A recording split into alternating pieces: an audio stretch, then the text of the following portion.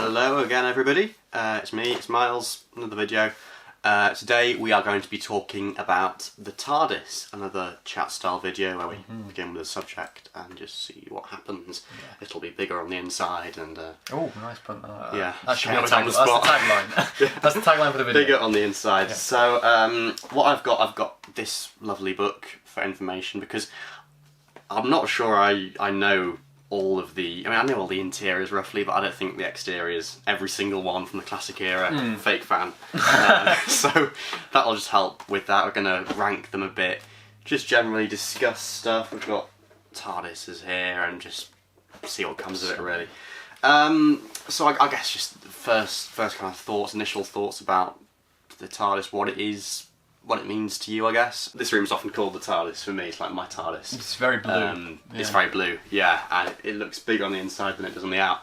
And I was kind of thinking, that essentially that's what the TARDIS is. It's like having that room, that space that's yours, I suppose, or the Doctor's even, that the Doctor takes with them everywhere they go. It's like that kind of travelling home, like a caravan or something, in a sense. Where the Doctor and the companions or friends travel together, where they go in between adventures, and it depends on the kind of the era that you're in, that you're watching. But sometimes that is exaggerated more. Sometimes it's just literally the TARDIS is used to get you from A to B. I think that's what it very much started as. At base level, the ship. I love that. I love in the 60s they just called it the ship. But it's kind of evolved, I guess, hasn't it? And it's got more of a personality. I think so by the Doctor's wife, it's actually talking back. The big example. You have things like companions having bedrooms and stuff in the TARDIS sometimes. I love that. Yeah, like that. And it's nice they brought it back to some extent for like Amy and Rory with the bunk beds. And I think there's one of the BBC books, Molten Heart. 13th Doctor book. I think it talks about Yaz and Ryan having rooms in the TARDIS. I don't know whether I've made that up, but I have a feeling that they've. That would make a lot of sense because it's like the 5th Doctor era, and you've got loads of people in the TARDIS, or Amy and Rory, and you do have that where sometimes our companions do stay on board full time, as it were, and sleep there or whatever. I do love that, especially it's a nice thought, isn't it? Yeah, and like in Earthshock, you start off the story with the 5th Doctor sort of going in to Adric's room, and you've got all these like references to past stories. You've got the mask from the Visitation. You've got the Kinder Tribe logo.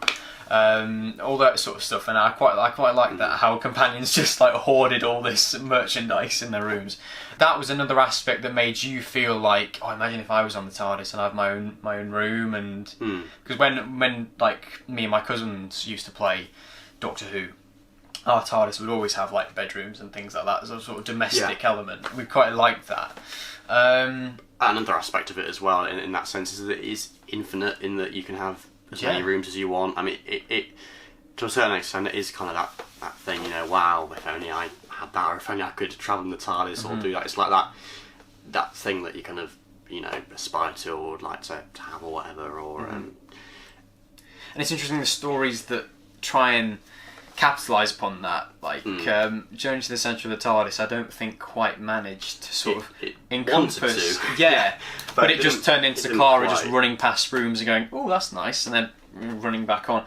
Yeah. I don't know. I'm trying to think of a story where the TARDIS is. I mean, obviously the Doctor's wife is quite important in the fact that it's the first time they get to actually talk to each other. And I love that line of the Doctor says, you never took me where I wanted to go, and then she says, no, but I always took you where you needed it's like to go. It's like a two-way relationship, isn't it? Yeah. Where it's not just the Doctor controlling this thing, it's this thing controlling the Doctor sometimes. Yeah. Because that's another aspect of it, how in some stories the TARDIS can be tamed, shall we say, with a hammer. More than others. Yeah, with a hammer or whatever, or, short little hops.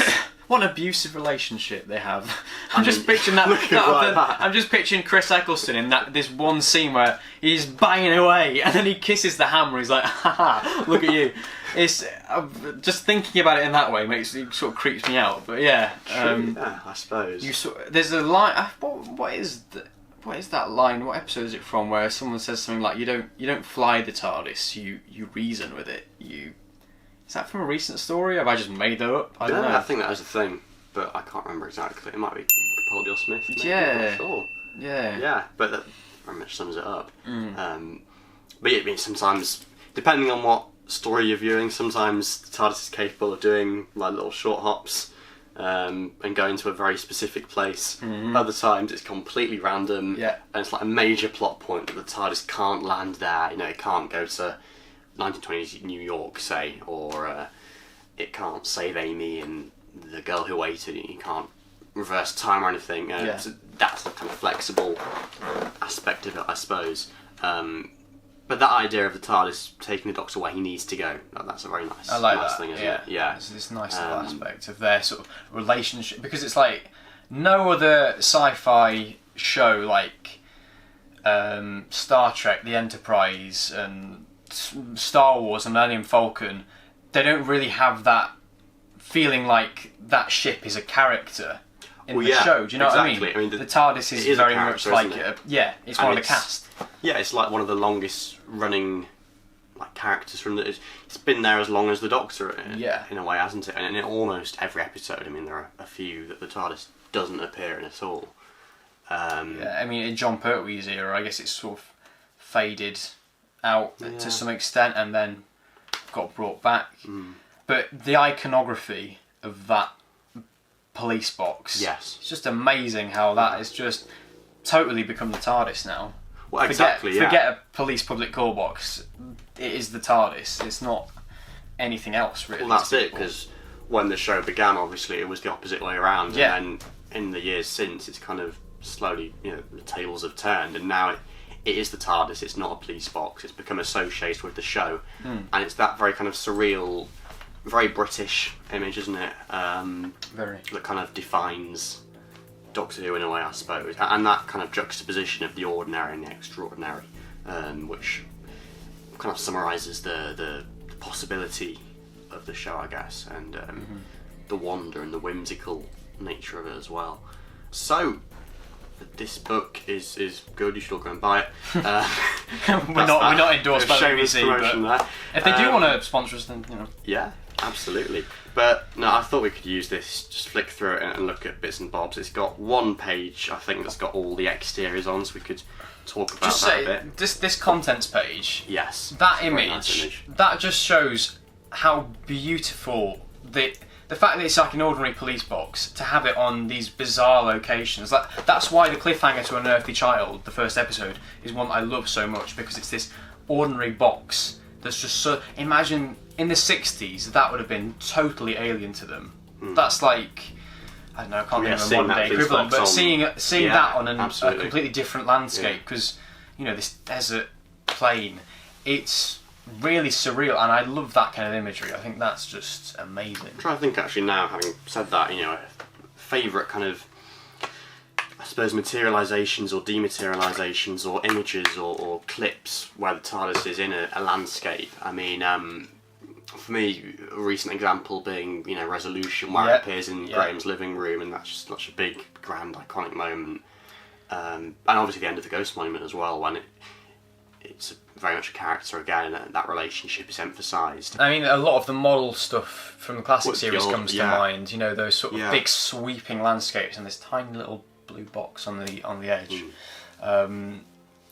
It's kind of spellbinding in a lot of ways, and it sort of sums up Doctor Who, because it's like, this show isn't confined by one time. This can go anywhere, and the fact that it is this ordinary item that appears wherever is quite nice. I really like that.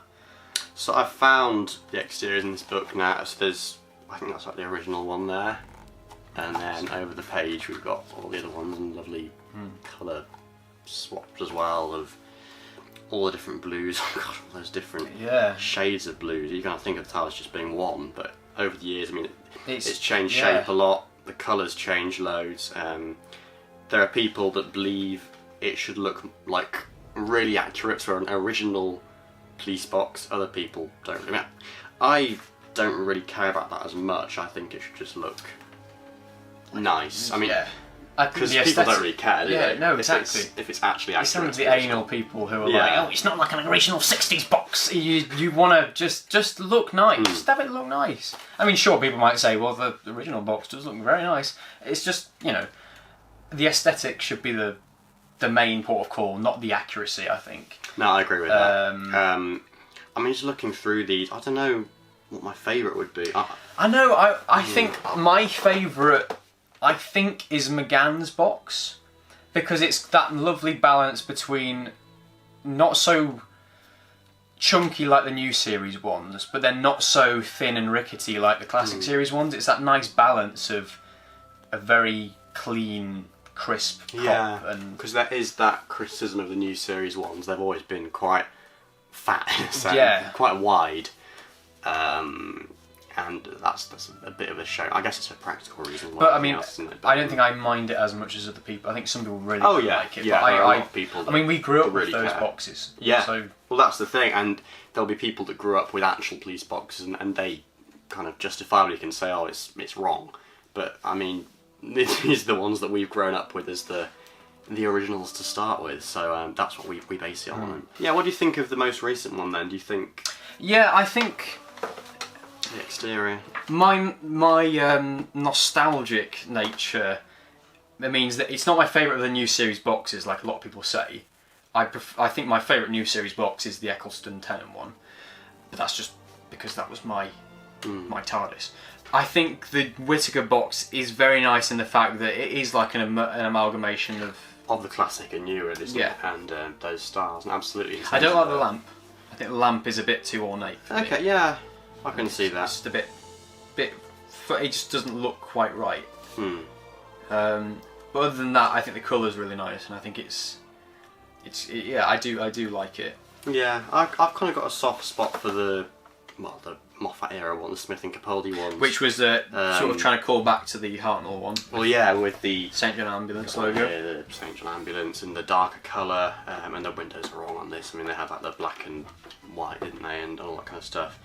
Yeah, I don't know really. But even then, I mean, it's weird how between stories, and there's a whole website written about this by Will Brooks, does the cover designs for loads of Doctor Who stuff. But even between stories, there are prop changes, there are colour changes, all sorts of weird stuff goes on. I suppose that's part of the nature of it, especially with the classic era where they were literally building it and dismantling it, and well, the classic series wasn't each week, wasn't it, exactly basically? Yeah, it was just like taped up on one side. Yeah, that's the B&M one. I haven't actually the most recent. seen this. Oh yeah, by all means have a look. But I do like that. I mean, there's something quite weird about having the inverted sign, isn't there? Because the toys are very rarely completely accurate either, which is a shame. I don't mind. I think people if it looks nice, if it looks nice as a thing itself, then why not?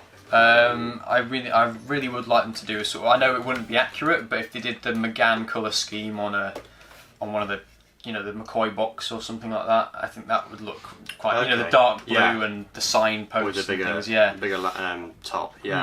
But I think that is very much like it's a sort of summary of, because the signs, it's like, oh, who cares if they're the wrong way around, or if the light on top, and it's a sort of summary of the 70s box by the time that it was like being held together with sellotape and all that sort of stuff. But I mean, I do quite like that. That's nice. It's a nice box. It feels quite weird in my hands. It feels like B&M. They do feel quite. Plastic. I don't know what chemicals they've been putting on them, but it's. I'd like that. But that box is the newer ones. I mean, I think they're the ones that I have the most of the soft spot for, because these are just the ones that we've grown up with, really. And what I love about this one is, just like how beautiful does it look when it's lit. I probably can't see it on camera, but when it's lit up, the signs and everything. I think that's what was taking it to another level. Like the classic boxes didn't do that at all, but then you got the lit up signage and things. It just looks really nice. So, but yeah, I think that's my TARDIS in a lot of ways. It's just very, and it feels like sturdy, if that makes sense. Like this I feel like could fall off a cliff and still be intact. The Pertwee TARDIS or the Tom Baker TARDIS, not so much. It's like, Yeah, you know, this feels like it could survive an adventure, if that makes sense. You know. Well, yeah, because there are times when the TARDIS appears battered, like in the Time War, or kind of towards the Snowmen. I suppose that's quite odd how it's like that, but damaged. So how does it clean itself up? I don't know. Who cares? And you think they look best when they're a bit worn or like brand new, fresh lick of paint? I don't know. I'm not sure about that. Yeah. I think it's good for them to look slightly worn to show that they've been somewhere. And it's not just like a brand new thing that's not been anywhere. I mean, to have those signs of wear on, which this one does have quite a bit. And a little bit. Because it kind of hints, I suppose, towards the Ninth Doctor's past and stuff. Whereas kind of newer ones, maybe the Smith one was a bit too dark and clean to start with. I don't know. So I guess that's about it for exteriors, really. We could just touch on the interiors briefly as well. What is your favourite, would you say? I would probably say the Capaldi one. Well, no surprise there. I mean, did you go on it on the set? No, I haven't, and that's a regret because. Did you? Yeah. Oh, what stage was it before? It was orange. No, after it was orange. Oh, right. So I saw the Capaldi, not the Smith version, the Capaldi with the bookshelves and all that sort of stuff. It was very. You feel like you're on a spaceship with that. It's very. I like this sort of silver. The first time it was a completely 360 degree setup. I love that about that because you can just go anywhere and you can shoot from any angle. Yep. Very much actually like in a previous video we've talked about today the VR TARDIS in the Runaway, and you can just have the headset on and look around and see 360 degrees of the most recent TARDIS. It doesn't feel restrictive in any way. Yeah, and I think because some of the other sets, like the Tennant one for example, they could never really film like on one side of that. It was always just on one side. It's very much like the toy that was released. It basically is the toy. I mean, it's basically the exact same thing, isn't it? A bit more wall, isn't it? Kind of on that right hand side of the door, there was a whole side that you never see. And that never occurred to me really when watching I know, the thinking about it, I never watched it and thinking, we're only seeing this from one angle. I guess just because it looks the same all the way around, really. Yeah. But, it's a weird thought. But I mean, like, I guess in some ways even that was a step forward. I mean, ignoring the McGann console room, the classic series is sort of like, you can only shoot from one angle and you can't look up because otherwise you'll see all the lighting and stuff. The Tennant one was like, right, we can't look around this way, but you can at least have shots looking upwards and all that sort of thing. And the classic era as well, and you've got a set number of walls and you can rearrange them. Yeah, and they all end up different tiles. I mean, because we could be here all day if we went through every single variation, because there is so many. Basically, from Hartnell to Pertwee, even to Baker. Actually, there's just so many little tiny variations. I mean, the original that's just a CG render of it rather than the actual thing. Do you know what? I don't know if there's a picture of it in there. Yeah. But my favourite TARDIS console room might be, and it's a story I really don't like, but you know Hellbent?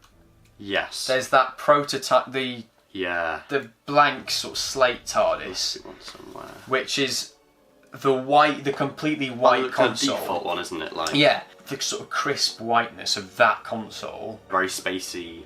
Very kind of very retro, isn't it? Yeah. I just, and then seeing it in HD, it looks gorgeous. So if I had a TARDIS, I would pick that one. Weirdly, I don't know why, but like I said, I just love that crisp, clean nature of it, and I'd prefer that to the original Hartnell set and everything like that, because it's sort of a distillation of all the great stuff. It's like a neat version of it, if that makes any sense. Because it's a bit cluttered for my liking. The original. Do you know what I mean? One, yeah. It's like we've got the fault locator here, we've got the scanner, and because there were so many different configurations of it, it's not like there's one master version of it. Whereas in Hellbent and Twice Upon a Time, they kind of resolved that problem, and partly from a practical need to make it a workable set. As you say, it's the essence of that distilled down to something that is much more refined, really.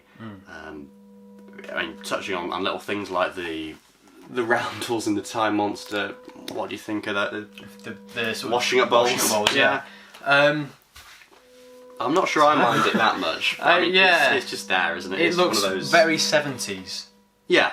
That's sort of vacuum formed bowls. Absolutely. Yeah. And of course the secondary console room as well, which I kind of like, but there are it's just things that about console. it. Yeah, it just looks very. It's very small. It's kind of. I mean, it's meant to be like a little kind of desk or whatever, but I just think it's a bit of an anticlimax, I suppose, because you want to run in and start pulling levers or like flicking switches and things, but with that you've got to open it up, just like tap a few. The whole room's a bit square as well. I mean, I suppose with more recent ones they've kind of experimented with that more, having different levels. But obviously back in the day it was just a studio set. I do love like the wooden roundels though, the sort of stained glass roundels. It's sort of very gothic and of that era. And it suits that era really well, doesn't it? And it suits Tom. And I think another one of my favourites would be the McGann one range, just for the similar sort of reason. Yeah, a lot of people say it's their favourite. The console is a bit weird with that like massive sticky outy rim around the edge, but that homely sort of vibe to it, with the armchair, with all the stuff he has going on in there. It's like a space in which the Doctor lives, and we'd seen, I suppose, where the companions lived before in bedrooms, but not before that have we ever seen it as a space where the Doctor lives, I guess, and an expression of. It's odd how we go from identity. This sort of really clinical 80s console room, very buttons, and this is purely a room for travel. And then in McGann's era, it's like, you've got your conservatory over there, your garden, you've got your little book reading desk there, and it's like, wow. I'm just imagining McCoy, because obviously it's McCoy who transitions, who's like this sort of. Yeah, true. Yeah. And just imagine him there. I'm going to have everything in one room. All the different. It's kind of. We got the unused one as well. That was. It was a floating console room. Wasn't it? I think. That's the 80s one, which is a bit more refined, a bit more kind of computer. Very 80s as well. Yeah. They're very much. I mean, the new series, I don't know if it's less so because there's not so much like a definitive thing from that era, but each console is very much of that era it was made in. Do you know what I mean? Like that sort of 90s sort of big epic stuff, and the 80s is very much those little scanner screens and things. And that's true, actually. Yeah, they also very much. I mean, more so with the new ones because there's a bigger kind of. Hold on production design and things, but they very much suit the Doctor, suit that era in terms of the colours used. I mean, can you imagine any other Doctor in each of their console rooms? Do you know what I mean? Yeah, exactly. That's the thing. I can't picture anyone in that secondary console room other than the fourth Doctor. I mean, even at the start of his era, when he's briefly in the other first one or a variation of it, that to me just looks a bit weird when he's just there in the white one. It's like the Hangover of Pertwee's. Yeah, exactly. Console, it's like it's a bit. A bit out of place there. Because I think that, the latest one I think really suits Jodie Whittaker in terms of like the colours and the oranges and blues. A bit frenetic and.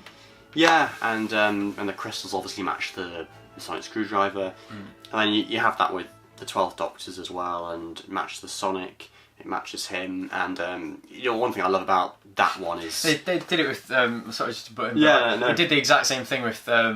Eccleston, didn't they? The sonic screwdriver. I just remember in interviews, like showing it, going, "It's of the TARDIS. It's of the TARDIS." Oh, well, that was the first time, wasn't it? It was all the coral sort of cracked. Yeah, they kind of thought, let's make the sonic screwdriver and the TARDIS part of the same technology and stuff. And again, in the classic series, it's sleek, silver. It's similar, yeah. But that was a very conscious. It was a conscious design just choice. to have that kind of continuity between them.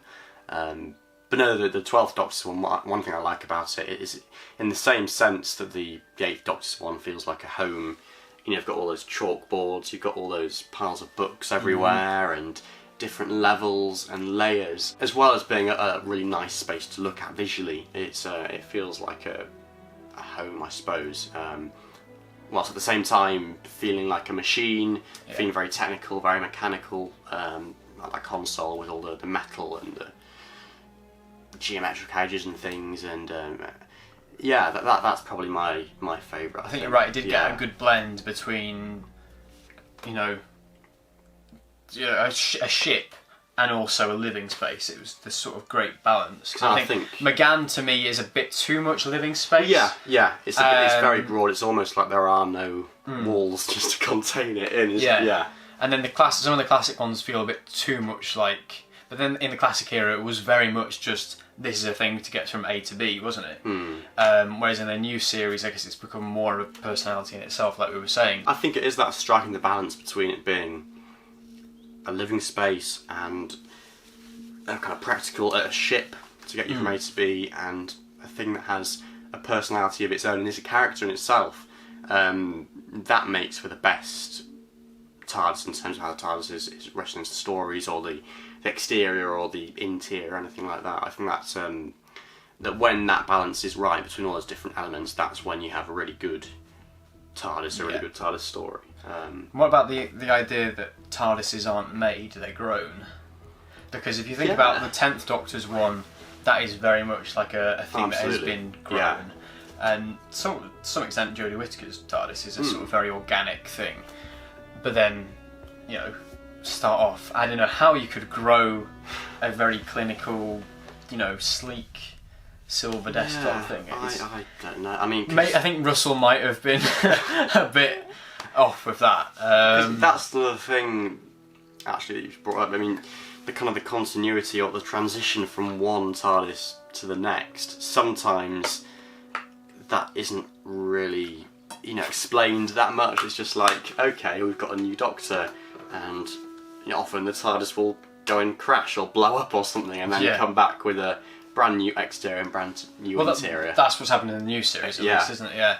Well, true. The only other time I can think of them acknowledging it in the classic era is when the 5th Doctor walks in and the 5 Doctors, and he's just polishing down the new, because that's when they had the new console, isn't it? Yeah. So, but other than that, in the classic series, it was just like, oh no, and then the secondary console room. When they go to the other room, down the corridor.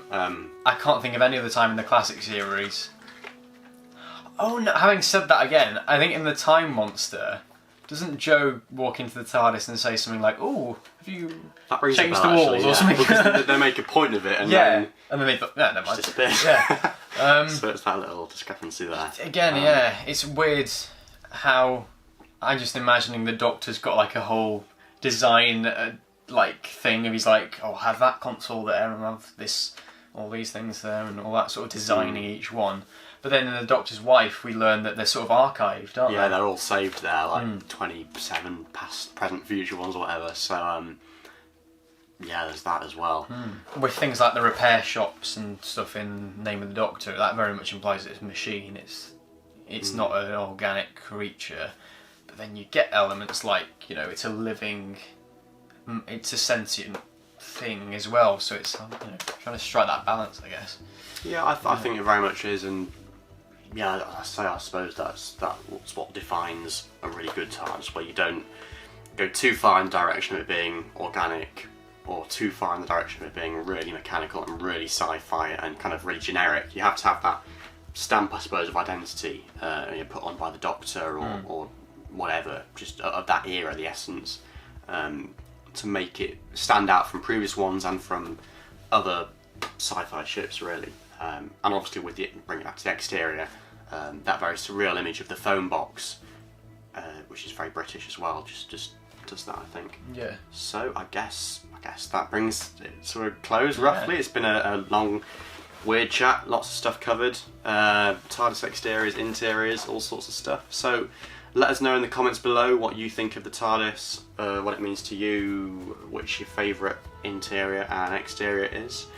Go and watch all of the other videos we've released recently. We've done 2 so far today, and possibly doing another 1 or 2 again today, and then in the future obviously as well. So go and check all that out. Otherwise, thank you very much for watching, and goodbye for now.